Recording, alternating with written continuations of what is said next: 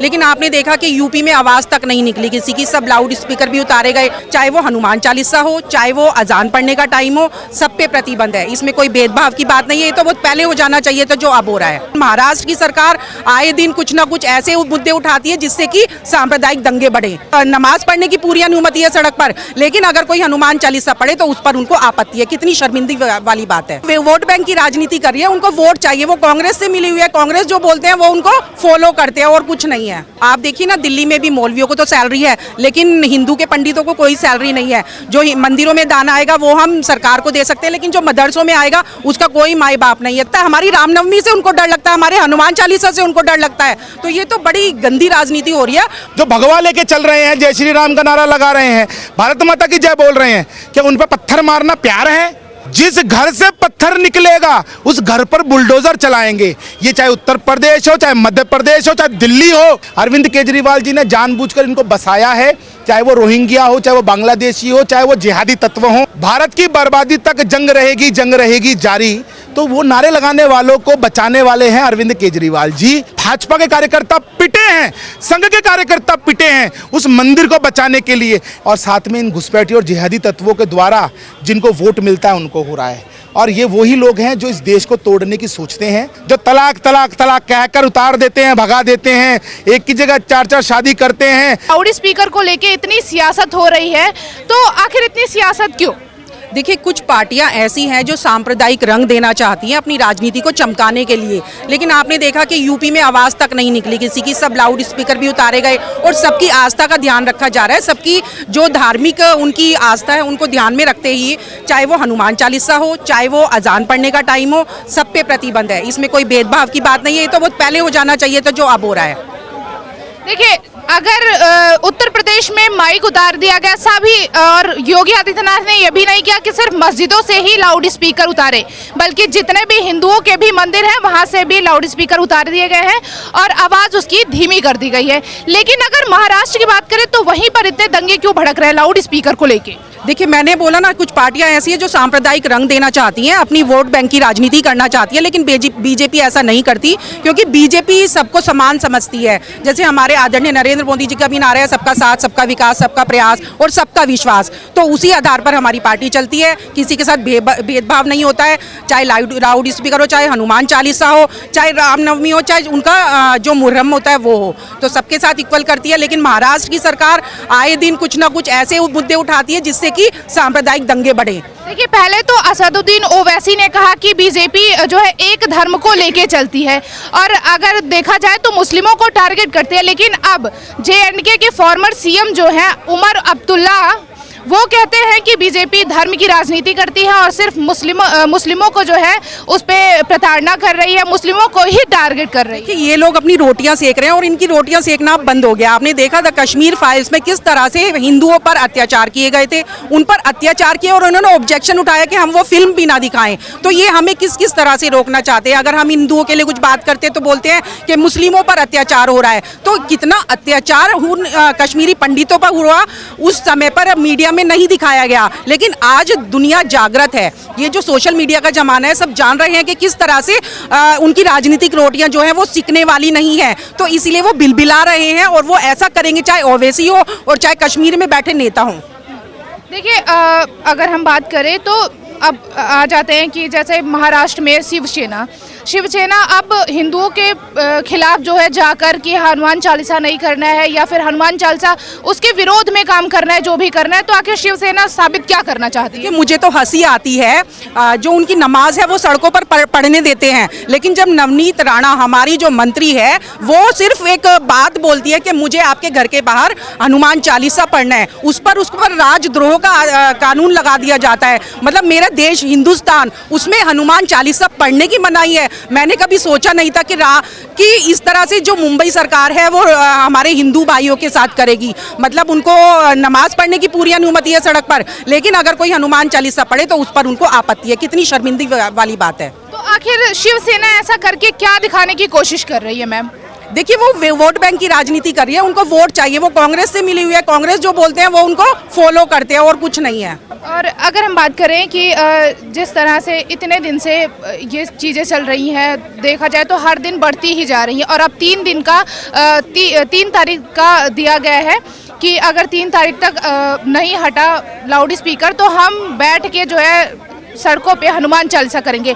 लेकिन उसमें अब जो है आ जाते हैं शिवसेना के लोग और कहते हैं कि आप सड़क पे बैठ के नहीं कर सकते हनुमान चालीसा, लेकिन अगर मुसलमान को देखा जाए तो मुसलमान सड़क पे बैठ के नमाज कर सकते हैं। देखिए हमारा जो कांग्रेस जब हमारा देश आज़ाद हुआ तो इस तरह की उन्होंने मोमडन्स के कानून बनाए कि उनको सत्ता दी गई, उनको पावर दी गई और हिंदुओं के सारे, आप देखिए ना दिल्ली में भी मौलवियों को तो सैलरी है लेकिन हिंदू के पंडितों को कोई सैलरी नहीं है। जो मंदिरों में दान आएगा वो हम सरकार को दे सकते हैं लेकिन जो मदरसों में आएगा उसका कोई माई बाप नहीं है। तो इन्होंने इस तरह की राजनीति की, हिंदुओं को हमेशा दबाए रखा, तो उस वजह से ये लोग पहले से इतने आतंकी हो गए कि ये लोग इस तरह की हरकतें करने लगे, इसको अपना स्थान समझने लगे। आपने देखा होगा जगह जगह मस्जिदें, मतलब सरकारी जमीनों पर भी मस्जिदें नजर आएंगी, मकबरे नजर आएंगे। लेकिन क्या इस तरह की राजनीति होनी चाहिए? सब धर्मों को समान समझकर चलना चाहिए जैसे कि नरेंद्र मोदी जी करते हैं। तो क्या UCC code, uniform civil code लागू होना चाहिए अब हिंदुस्तान में, लेकिन इसका भी विरोध कर रहे हैं मुस्लिम लोग। अब मैं वही कह रही हूँ क्योंकि उनको मैं बहुत छोटा सा एग्जांपल देती हूँ, मुस्लिम आबादी कहते हैं हम माइनॉरिटी में आते हैं, इतनी जनसंख्या होने के बाद मैं जैन परिवार से आती हूँ, कायदे में तो मैं माइनॉरिटी से हूँ लेकिन उनकी इतनी जनसंख्या होने के बाद भी वो फायदा उठा रहे हैं और जब भी ऐसी कोई बात करो सिविल कोड की तो वो लोग आंदोलन करते हैं, हंगामा करते हैं, क्योंकि क्यों फ्री की रोटियां तोड़ना चाहते हैं। उनका और कोई मकसद नहीं है कि सरकार उनको पालती रहे और वो 20-20 बच्चे पैदा करें और सरकार उनको पाले। आज देखो हिंदू के परिवार में 1 बच्चा या 2 बच्चे होते हैं लेकिन उनके यहाँ पे एक परिवार में 12-13 बच्चे मामूली सी बात है। तो आखिर क्यों नहीं, मुसलमान क्यों नहीं चाहते कि यूनिफॉर्म सिविल कोड लागू हो? और ऊपर से हिंदुस्तान में मुस्लिमों को डर भी लगता है। हाँ, उनको डर लगता है, उनको हमला करते हुए डर नहीं लगता, उनको पत्थर मारते हुए डर नहीं लगता, उनको कत्लेआम करते हुए डर नहीं लगता। आपने देखा दिल्ली में सीमापुरी पे दंगे देखे, आपने जहांगीरपुरी के दंगे देखे, आपने देखा कि किस तरह से अंकित शर्मा की मौत हुई, रिंकू शर्मा की मौत हुई, उनको वो दिखाई नहीं देता। लेकिन अगर कोई पत्थर उनके ऊपर फेंक देता है या उनको कोई गाली दे देता है तो उनको डर लगने लगता है। हमारी रामनवमी से उनको डर लगता है, हमारे हनुमान चालीसा से उनको डर लगता है। तो ये तो बड़ी गंदी राजनीति हो रही है और इसका हम विरोध करते हैं और आगे करते रहेंगे। जिस तरह से मध्य प्रदेश में बुलडोजर चला तो उस पर काफी विपक्षियों ने विरोध किया कि आखिर बुलडोजर पे नफरत सवार है, लेकिन जब राजस्थान में ये चीजें पत्थरबाजी होती है तो उस पर कोई सवाल खड़े नहीं करता। आखिर क्यों ऐसा? देखिए काजल जी, आपने बहुत अच्छा शुरुआत में ओपनिंग कमेंट बोला कि विपक्षी जो है वो कहते हैं कि बुलडोजर पे नफरत सवार है। मैं उनसे पूछना चाहता हूँ, जो पत्थर मारते हैं वो प्यार करते हैं? जो पत्थरबाज हैं, जो पेट्रोल बम चलाते हैं, जो तलवारें चलाते हैं, जो गोलियां चलाते हैं निहत्थे राम भक्तों पे, जो भगवा लेके चल रहे हैं, जय श्री राम का नारा लगा रहे हैं, भारत माता की जय बोल रहे हैं, क्या उन पे पत्थर मारना प्यार है? जिस घर से पत्थर निकलेगा उस घर पर बुलडोजर चलाएंगे। ये चाहे उत्तर प्रदेश हो, चाहे मध्य प्रदेश हो, चाहे दिल्ली हो, चाहे देश का कोई भी हिस्सा हो जहाँ भारतीय जनता पार्टी की सरकार है, वहाँ सब जगह यही होगा। मैं आपसे वादा कर रहा हूँ। जिस तरह से जहांगीरपुरी में पहले बुलडोजर चला एमसीडी का और अब शाहीन बाग पर भी चलने की जो है योजना बनाई जा रही है, वहाँ के रिपोर्ट सारे देखे जा रहे हैं, तो अब विपक्षियों को या फिर केजरीवाल को इससे दुख क्यों हो रहा है? देखिए, चोर पिटेगा तो उसकी माँ को दर्द तो होगा ना। तो वही हाल यहाँ पर है कि अरविंद केजरीवाल जी के ये वोटर्स हैं, सपोर्टर्स हैं। अरविंद केजरीवाल जी ने जानबूझकर इनको बसाया है, चाहे वो रोहिंग्या हो, चाहे वो बांग्लादेशी हो, चाहे वो जिहादी तत्व हो, जो कि इस देश के अंदर देश को तोड़ने की तैयारी कर रहे हैं, देश को तोड़ने का टारगेट करते हैं, नारे लगाते हैं भारत तेरे टुकड़े होंगे 4 इंशाल्लाह इंशाल्लाह, और भारत की बर्बादी तक जंग रहेगी जारी। तो वो नारे लगाने वालों को बचाने वाले हैं अरविंद केजरीवाल जी। उनके वोटर ये हैं, सपोर्टर ये हैं। इनको बसाने के लिए वो 20-20 हज़ार रुपये हर रोहिंग्या को देते हैं और बांग्लादेशी को देते हैं। वहाँ पर ये पानी के टैंकर बेचते हैं। दिल्ली के अंदर और लोगों को पानी का टैंकर नहीं मिलेगा, लेकिन वहाँ ज़रूर मिलेगा और वो साफ़ पानी होगा। वहाँ पर राशन के कूपन दिए जाते हैं, उनको मेडिकल फैसिलिटीज़ मिलती हैं। लेकिन वहाँ पर क्या होता है, केवल वो इनके वोटर हैं। यही कारण है कि ये दर्द हो रहा है आम आदमी पार्टी को। देखिए, जिस तरह से शाहीन बाग से आवाज़ आई थी कि हम अपना कागज़ नहीं दिखाएंगे, लेकिन जब बुलडोज़र चलने की योजना शुरू हुई तो लोग अपने कागज़ लेके दौड़ रहे हैं कि हमारा यहाँ पे मकान है या फिर हमारी दुकान है, काफ़ी सालों से है। देखिए, कागज भी दिखाएंगे और भारत माता की जय भी बोलेंगे। और जो कहते हैं ना, हम कागज नहीं दिखाएंगे, हमारे अब्बा की बकरी, दादू की बकरी ने कागज खा लिए, हमारे दादू मर गए, अब हम क्या करें, तो वो सब लेके कागज लाइन में खड़े हो गए हैं। आप देखते जाइए, ये बुलडोजर जो है वो सबका इलाज कर देगा। ये योगी जी का बुलडोजर है, ये माननीय गृह मंत्री अमित शाह जी का बुलडोजर है। और ये बुलडोजर अब रुकने वाला नहीं है, हर उस सड़क पे चलेगा ये बुलडोजर जहां से देश विरोधी नारे लगेंगे, जहां पर अवैध लोग बैठे होंगे, इस देश की बर्बादी का सपना देख रहे होंगे, उन सब लोगों के खिलाफ ये बुलडोजर चलेगा। देखिए, जिस तरह से राजस्थान में 300 साल पुराना मंदिर ध्वस्त कर दिया गया, उस पर किसी ने सवाल नहीं उठाए। अगर उठाए भी तो ये कह के कि वहाँ पे बीजेपी के पार्षद हैं, तो बीजेपी की जिम्मेदारी होती है कि आखिर मंदिर किसने गिरवाया, बीजेपी पे आरोप भी लगे। देखिए, भारतीय जनता पार्टी की वहाँ प्रदेश की सरकार नहीं है, आपको जानकारी होनी चाहिए। और ना ही वहाँ पर भारतीय जनता पार्टी के पास कोई प्रशासनिक ताकत है। एक पार्षद की जो स्थिति है वो आप भी जानते हैं और मैं भी जानता हूँ कि क्या है।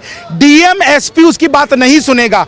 भाजपा के कार्यकर्ताओं पे वहाँ लाठीचार्ज हुआ है, भाजपा के कार्यकर्ता पिटे हैं, संघ के कार्यकर्ता पिटे हैं उस मंदिर को बचाने के लिए। लेकिन देश विरोधी ताकतें जो कि इस समय राजस्थान में काबिज हैं, जो कि आप देख लीजिए, एंटाइनो मान्यो जो हैं कांग्रेस की सुप्रीमो, उनका एक ही टारगेट है कि किसी भी प्रकार से इस देश के अंदर जितने भी हमारे प्राचीन मंदिर हैं उन सबको तोड़ दिया जाए। हमारी जो परंपराएं हैं, जो हमारी जो जिसे कहते हैं पूजा पद्धति है, उसको खत्म किया जाए। उसी कड़ी में ये एक बहुत बड़ा जो है षड्यंत्र है। इसका जवाब राजस्थान की जनता आने वाले चुनाव में देगी। इस हिंदू विरोधी गहलोत सरकार को उत्तर दिया जाएगा और वहां पे भारतीय जनता पार्टी कमल खिलेगा। हम उस मंदिर का पुनः जीर्णोद्धार करवाएंगे, ये हम आपसे वादा करते हैं। और इससे पहले भी वहां पर गहलोत सरकार ने खाटू श्याम मंदिर में भी एक जो गेट था, प्राचीन गेट, उसको तोड़ दिया था ठेकेदार के द्वारा। लेकिन बाद में जब विरोध बढ़ा तो उस गेट को बनवाया। उसी प्रकार से हम लोग जब सत्ता में आएंगे तो इस गेट को जरूर, इस जो मंदिर है इसका पुनः जीर्णोद्धार कराएंगे, हम आपसे वादा करते हैं। आखिर जब शाहीन बाग में लोगों के पास सारे कार्ड भी है, सारे डॉक्यूमेंट्स भी हैं, तो आखिर अतिक्रमण पे बुलडोजर चलाया जा रहा है, तो इससे दुख किन लोगों को हो रहा है? जिहादी तत्वों को हो रहा है, जो घुसपैठी हैं उनको हो रहा है, और साथ में इन घुसपैठी और जिहादी तत्वों के द्वारा जिनको वोट मिलता है उनको हो रहा है। और ये वही लोग हैं जो इस देश को तोड़ने की सोचते हैं, केवल उसके अलावा किसी को दर्द नहीं होगा। तो सर, क्या यूनिफॉर्म सिविल कोड लागू होना चाहिए या नहीं? बिल्कुल होना चाहिए, इसमें कोई शक है क्या? आप मुझे बताइए, आपकी आंखें किसी सलमा बहन की आंखों से कम है क्या? मेरा शरीर किसी अंसारी भाई के शरीर से कम है क्या? मेरे शरीर में उसके शरीर में क्या फ़र्क है? आप मुझे बताइए। यूनिफॉर्म सिविल कोड से हर एक बहन बेटी को उसका पूरा हक मिलेगा। जो तलाक तलाक तलाक कहकर उतार देते हैं, भगा देते हैं, एक की जगह 4-4 शादी करते हैं वसीयत के अंदर, और आगे जो जिसे कहते हैं आपका हक मिलना होता है, वो सब वो अलग अलग है मुसलमान परिवारों में, और अलग, और हिंदुओं में अलग अलग है। तो ये सब चीज़ें एक हो जाएंगी। देश के अंदर एक विधान, एक प्रधान, एक संविधान और एक कानून होना चाहिए, और उसी की दिशा में भारतीय जनता पार्टी की सरकार काम कर रही है। तो इसको लेकर लोग सड़कों पे क्यों उतर आते हैं? अब देखिए, ये तो आप उनसे जाके पूछिए कि उनको दर्द किस बात का है। जब इस देश में आईपीसी, जब कोई क्रिमिनल प्रोसीडिंग होती है तो वो मांगते हैं कि हमें आईपीसी चाहिए। जो विरोध कर रहे हैं मैं उनकी बात कर रहा हूँ। लेकिन जब कोई सिविल प्रोसीडिंग होती है तो वो कहते हैं नहीं जी, हमारा तो शरिया चलेगा, हम शरिया चलाएंगे यहाँ पर। तो ये चलेगा नहीं। ये देश लोकतांत्रिक पद्धति से चलने वाला देश है। ये किसी मुल्ला के इस्लाम से नहीं चलेगा। ये देश जो है संविधान से चलेगा, और संविधान के अंदर यूसीसी है और वो होके रहेगा।